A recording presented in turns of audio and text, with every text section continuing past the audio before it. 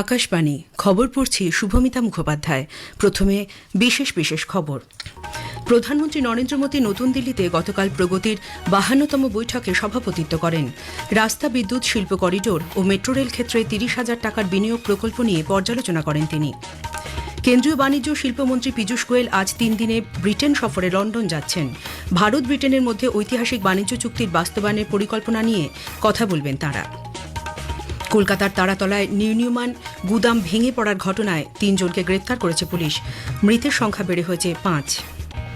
Oman কৌশলগতভাবে অত্যন্ত গুরুত্বপূর্ণ হরমুজ প্রণালীতে একটি অস্থায়ী সামুদ্রিক করিডোর চালুর ঘোষণা করেছে। অরুণাচল প্রদেশে প্রবল বর্ষণ ও আকস্মিক বন্যায় ব্যাপক ক্ষয়ক্ষতির আশঙ্কা। বিশ্বকাপ ফুটবলে ব্রাজিল, মরক্কো, সুইজারল্যান্ড ও কানাডা পরের রাউন্ডে খেলার যোগ্যতা অর্জন করেছে। গতকাল ব্রাজিল 3-0 গোলে স্কটল্যান্ডকে হারিয়ে দিয়েছে। আসছি বিস্তারিত খবরে। প্রধানমন্ত্রী নরেন্দ্র মোদী নতুন দিল্লিতে গতকাল প্রগতির 52তম বৈঠকে সভাপতিত্ব করেন। বৈঠকে তিনি রাস্তা, বিদ্যুৎ, শিল্প করিডোর ও মেট্রো রেল ক্ষেত্রে 30,000 টাকার বিনিয়োগ প্রকল্প নিয়ে পর্যালোচনা করেন। আঞ্চলিক যোগাযোগ বৃদ্ধির পাশাপাশি এই প্রকল্পগুলির লক্ষ্য শিল্প পরিকাঠামোয় উন্নয়ন, জনকল্যাণ ও সর্বোপরি অর্থনৈতিক অগ্রগতি। প্রধানমন্ত্রী উল্লেখ করেন, প্রকল্প বাস্তবায়নে দেরি হলে ব্যয় বৃদ্ধি পায় এবং সাধারণ মানুষ সময়মতো এর সুফল থেকে বঞ্চিত হয়। এ প্রসঙ্গে তিনি সংশ্লিষ্ট মন্ত্রক ও রাজ্য সরকারগুলিকে অমীমাংসিত বিষয়গুলি দ্রুত সমাধানের এবং প্রকল্পগুলির নিয়মিত তদারকি নিশ্চিত করার নির্দেশ দেন। পাশাপাশি বৈঠকে যক্ষ্মামুক্ত ভারত অভিযানের অগ্রগতি নিয়েও আলোচনা হয়। প্রধানমন্ত্রী যক্ষ্মা নির্মূলে কৃত্রিম বুদ্ধিমত্তার ব্যবহারের ওপর জোর দেন। জনসচেতনতামূলক প্রচারে এনসিসি ক্যাডেট ও মাই ভারত স্বেচ্ছাসেবকদের যুক্ত করার কথা বলেছেন শ্রী মোদী। এদিনের বৈঠকে প্রধানমন্ত্রী সাইবার অপরাধ ও ডিজিটাল অ্যারেস্ট সংক্রান্ত অভিযোগগুলিরও পর্যালোচনা করেন। সাইবার জালিয়াতি প্রতিরোধে অভিযোগের দ্রুত নিষ্পত্তি এবং বিভিন্ন সংস্থার মধ্যে উন্নত সমন্বয়ের উপর গুরুত্বারোপ করেন তিনি। রাজ্যগুলিকে E0 FIR ব্যবস্থা বাস্তবায়নের লক্ষ্যে কাজ করার আহ্বান জানান শ্রী মোদী। কেন্দ্রীয় বাণিজ্য ও শিল্পমন্ত্রী পীযূষ গোয়েল আজ 3 দিনের ব্রিটেন সফরে লন্ডন যাচ্ছেন। আগামী মাসের 15 তারিখ ভারত ব্রিটেনের মধ্যে ঐতিহাসিক বাণিজ্য চুক্তি সেটা ও দ্বৈত অবদান বিষয়ক চুক্তি DCC কার্যকর হবে।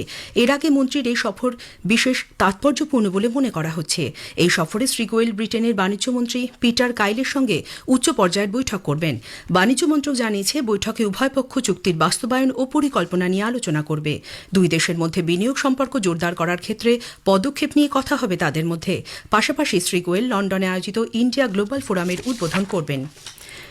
কেন্দ্রীয় বাণিজ্য ও শিল্পমন্ত্রী পীযূষ গোয়েল মার্কিন বাণিজ্য প্রতিনিধি জেমিসন গ্রিয়ার এবং তাঁর প্রতিনিধি দলের সঙ্গে একাধিক বৈঠক করেছেন। সামাজিক যোগাযোগ মাধ্যমে এক বার্তায় শ্রী গোয়েল জানান, বৈঠকে ভারত ও মার্কিন যুক্তরাষ্ট্রের মধ্যে বাণিজ্য চুক্তি নিয়ে আলোচনা কতদূর এগিয়েছে তা পর্যালোচনা করা হয়েছে। পাশাপাশি দুই দেশের অর্থনৈতিক অংশীদারিত্ব আরও শক্তিশালী করার বিভিন্ন সম্ভাবনা নিয়েও আলোচনা হয়েছে। তিনি বাণিজ্য দূত গ্রিয়ারের নেতৃত্বের প্রশংসা করেন এবং গঠনমূলক ও ভবিষ্যৎমুখী আলোচনাকে এগিয়ে নিয়ে যেতে উভয় পক্ষের ধারাবাহিক প্রচেষ্টারও প্রশংসা করেন। কেন্দ্রীয় শিল্প ও বাণিজ্য মন্ত্রী পীযূষ গোয়েল নতুন দিল্লিতে রপ্তানি উন্নয়ন পরিষদ ও শিল্প সংস্থাগুলির সঙ্গেও এক বৈঠক করেন। সামাজিক মাধ্যমে এক বার্তায় শ্রী গোয়েল বলেন, ভারতে রপ্তানির পরিকাঠামো আরও এগিয়ে নিয়ে যাওয়ার পন্থা পদ্ধতি খতিয়ে দেখা ও বিশ্ববাজারে প্রতিযোগিতায় টিকে থাকার জন্য ভারতের কী কী পদক্ষেপ নেওয়া দরকার তা খতিয়ে দেখা হয় বৈঠকে।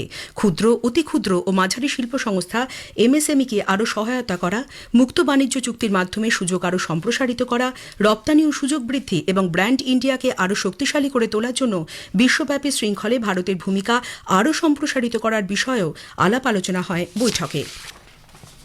বিদেশমন্ত্রী S জয়শঙ্কর দক্ষিণ কোরিয়ার জাতীয় নিরাপত্তা বিভাগের নির্দেশক উই সুং লাংয়ের সঙ্গে সাক্ষাৎ করেছেন। সামাজিক যোগাযোগ মাধ্যমে এক পোস্টে বিদেশমন্ত্রী জানান, আন্তর্জাতিক পরিস্থিতি এবং ভারত প্রশান্ত মহাসাগরীয় অঞ্চলের বিভিন্ন বিষয় নিয়ে তাঁদের মধ্যে ফলপ্রসূ আলোচনা হয়েছে।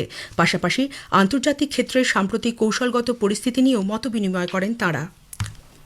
As foreign ministers, it is our responsibility to take this relationship forward, to oversee what different parts of the government and different parts of our economy, of our country, do with each other in their interaction. In coordinating that, fashioning a more forward-looking, a more contemporary relationship in a more difficult world. And that world requires countries that are like-minded, with shared values, to have mutual trust to work with each other. গ্রামীণ উন্নয়ন বিভাগ নতুন দিল্লিতে আজ গ্রামীণ উন্নয়নে কৃত্রিম বুদ্ধিমত্তার ব্যবহার বিষয়ক একটি জাতীয় কর্মশালার আয়োজন করছে। গ্রামীণ উন্নয়ন মন্ত্রকের পক্ষ থেকে জানানো হয়েছে, একদিনের এই অনুষ্ঠানটি অত্যাধুনিক প্রযুক্তির সাহায্যে গ্রামীণ ভারতের প্রাথমিক স্তরের বিভিন্ন বিষয় উন্নয়নের লক্ষ্যে একটি মঞ্চ হিসেবে কাজ করবে। মন্ত্রক আরও জানিয়েছে, এই কর্মশালার লক্ষ্য কৃত্রিম বুদ্ধিমত্তার এমন সব ব্যবহারের ক্ষেত্র চিহ্নিত করা যা বড় পরিসরে প্রয়োগ করা যাবে। অন্যদিকে এর মাধ্যমে দেশ জুড়ে প্রযুক্তি গ্রহণের জন্য প্রয়োজনীয় পরিকাঠামো প্রস্তুতির পাশাপাশি ডেটা ইকোসিস্টেমের প্রস্তুতির বিষয়টিরও মূল্যায়ন করা হবে। দেশ জুড়ে আজ সংবিধান হত্যা দিবস পালিত হচ্ছে। 1975 সালের এই দিনে তৎকালীন রাষ্ট্রপতি ফখরুদ্দিন আলী আহমেদ সংবিধানের 352 নম্বর অনুচ্ছেদ অনুযায়ী জাতীয় জরুরি অবস্থা ঘোষণা করেছিলেন। কারণ হিসেবে অভ্যন্তরীণ অশান্তির কারণে দেশে সংকটজনক পরিস্থিতির সৃষ্টি হয়েছে বলে উল্লেখ করেন তিনি।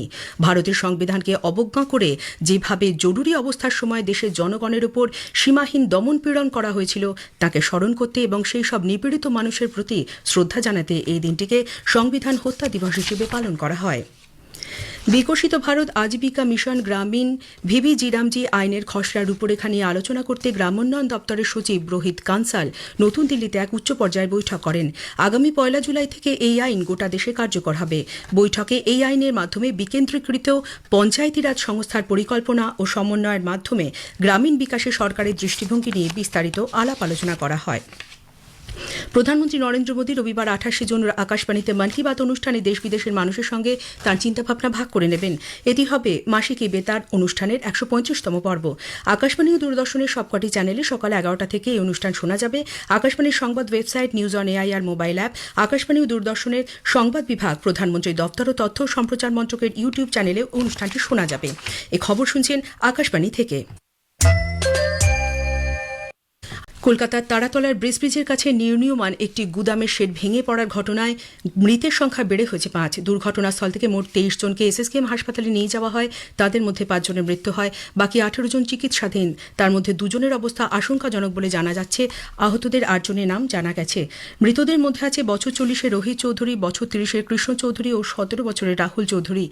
বাকিদের পরিচয় এখনও পাওয়া যায়নি। ধ্বংসস্তূপের মধ্যে আরও কয়েকজন আটক থাকতে পারে বলে মনে করা হচ্ছে, ফলে হতাহতের সংখ্যা বাড়তে পারে বলে আশঙ্কা করা হচ্ছে।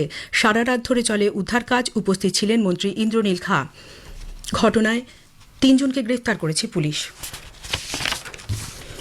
প্রধানমন্ত্রী নরেন্দ্র মোদী আর্মেনিয়ার সংসদীয় নির্বাচনে জয়ের জন্য সে দেশের প্রধানমন্ত্রী নিকোল পাশিনিয়ান ও তার দলকে অভিনন্দন জানিয়েছেন। অন্যদিকে শ্রী মোদী পশ্চিম এশিয়ার সাম্প্রতিক পরিস্থিতির জেরে ইরানে আটকে পড়া ভারতীয় নাগরিকদের দেশে ফিরিয়ে আনার ক্ষেত্রে সাহায্যের জন্য আর্মেনিয়ার প্রধানমন্ত্রীকে ধন্যবাদ জানান।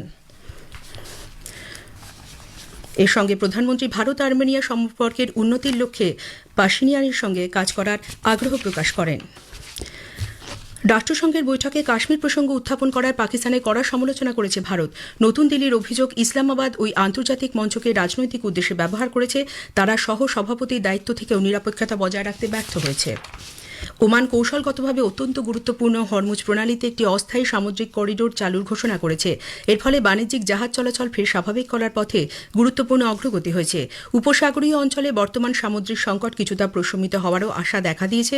ওমান সরকার জানিয়েছে, এই উদ্যোগটি ইন্টারন্যাশনাল মেরিটাইম অর্গানাইজেশন বা আইএমও সহযোগিতায় নেওয়া হয়েছে। অরুণাচল প্রদেশে প্রবল বর্ষণ ও আকস্মিক বন্যায় ব্যাপক ক্ষয়ক্ষতি হয়েছে। North eastern electric power corporation limited প্রকল্পের প্রধান জানিয়েছেন, কেই পানিয়ার জেলার পোসা ইয়াজালি এলাকার নিপকো কলোনিতে 4 জন নিখোঁজ, 17 জন আহত। এদের মধ্যে 3 জনের অবস্থা আশঙ্কাজনক। গুরুতর আহতদের চিকিৎসার জন্য অ্যাম্বুলেন্সে করে জিরোতে নিয়ে যাওয়া হয়েছে। কেই পানিয়ার জেলার ডেপুটি কমিশনার শ্বেতা নাগারকোটি মেহতা জানিয়েছেন, ভূমিধসের কারণে দুর্গত এলাকা ইয়াজালি ও হোজ পোটিন উভয় দিক থেকে যোগাযোগ বিচ্ছিন্ন হয়ে পড়েছে। অরুণাচল প্রদেশের মুখ্যমন্ত্রী পেমা খান্ডু সমাজ মাধ্যমে এক পোস্টে ক্ষতিগ্রস্ত পরিবারগুলির প্রতি সমবেদনা জানিয়েছেন। কেন্দ্রীয় মন্ত্রী কিরেন রিজিজু জনগণকে সতর্ক থাকার আহ্বান জানিয়েছেন। ফুটবল বিশ্বকাপে আজ গ্রুপ এর ম্যাচে গুয়াদালুপে স্টেডিয়ামে দক্ষিণ কোরিয়া দক্ষিণ আফ্রিকার বিরুদ্ধে খেলবে এবং মেক্সিকো সিটি স্টেডিয়ামে চেক প্রজাতন্ত্র খেলবে মেক্সিকোর বিরুদ্ধে। দুটি খেলায় ভারতীয় সময় সকাল 6:30টায় শুরু হবে। অন্যদিকে গতরাতে গ্রুপ সি থেকে ব্রাজিল, মরক্কো এবং গ্রুপ বি থেকে সুইজারল্যান্ড, কানাডা পরের রাউন্ডে খেলার যোগ্যতা অর্জন করেছে। মিয়ামি স্টেডিয়ামে ব্রাজিল 3-0 গোলে স্কটল্যান্ডকে হারিয়ে দিয়েছে। শেষ করার আগে খবরের বিশেষ অংশ আরও একবার। প্রধানমন্ত্রী নরেন্দ্র মোদী নতুন দিল্লিতে গতকাল প্রগতির 52তম বৈঠকে সভাপতিত্ব করেন। রাস্তা, বিদ্যুৎ, শিল্প করিডোর ও মেট্রো রেল ক্ষেত্রে 30,000 টাকার বিনিয়োগ প্রকল্প নিয়ে পর্যালোচনা করেন তিনি। কেন্দ্রীয় বাণিজ্য ও শিল্পমন্ত্রী পীযূষ গোয়েল আজ 3 দিনের ব্রিটেন সফরে লন্ডন যাচ্ছেন। ভারত ব্রিটেনের মধ্যে ঐতিহাসিক বাণিজ্য চুক্তির বাস্তবায়নের পরিকল্পনা নিয়ে কথা বলবেন তিনি। খবর শেষ হলো, পরের খবর সকাল 7:25 মিনিটে।